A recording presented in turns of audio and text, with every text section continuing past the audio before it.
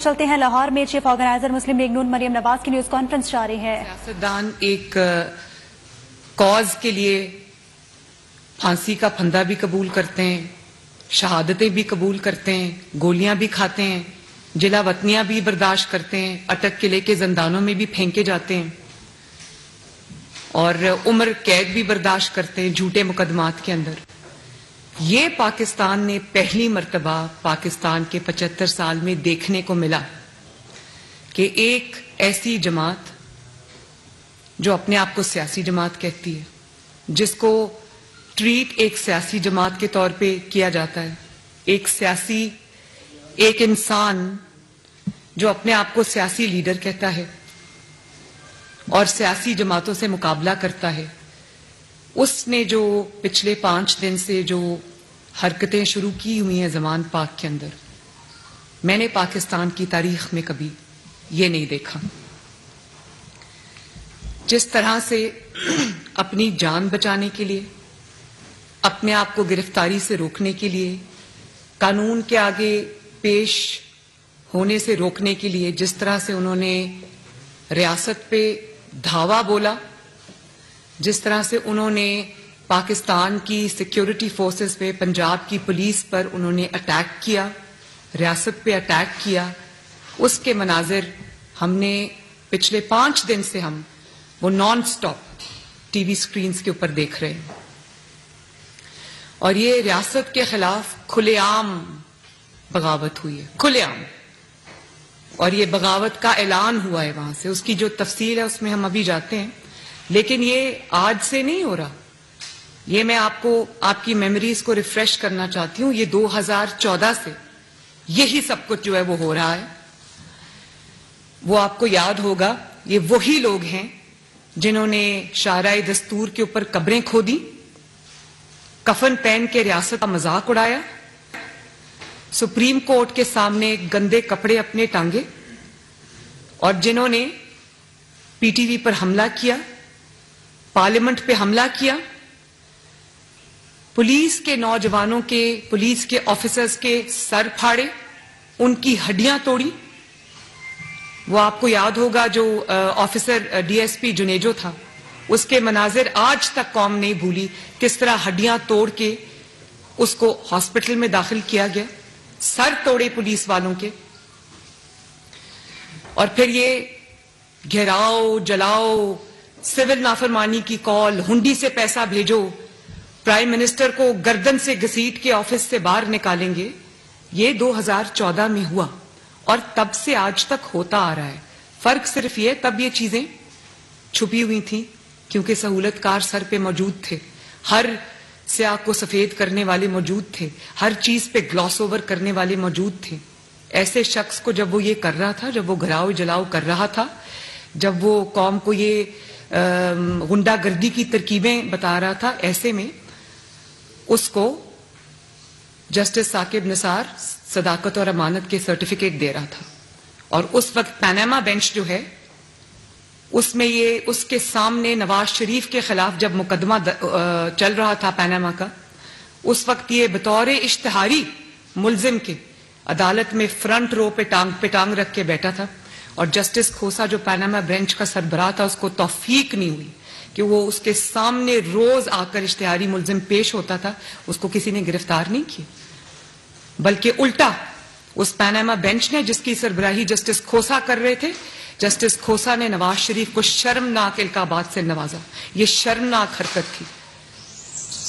اتنی ہمت تو آپ میں تھی نہیں کہ سامنے آپ کے اشتہاری ملزم بیٹھا ہوا ہے، اس کو آپ پکڑ لیں۔ وہ آپ کے سامنے قانون کا اور آپ کا تماشا بنا رہا تھا، آپ میں ہمت نہیں تھی کیونکہ آپ اس کے ساتھ ملے ہوئے تھے، آپ ہی کے کہنے پر وہ درخواست عدالت میں لے کر آیا تھا پیناما میں نواز شریف کے خلاف۔ تو کیسے پکڑنا تھا؟ گٹھ جوڑ تھا، سہولت کاری تھی، اور اوپر سے آپ نے نواز شریف کو، شرم آپ کو نہیں آئی؟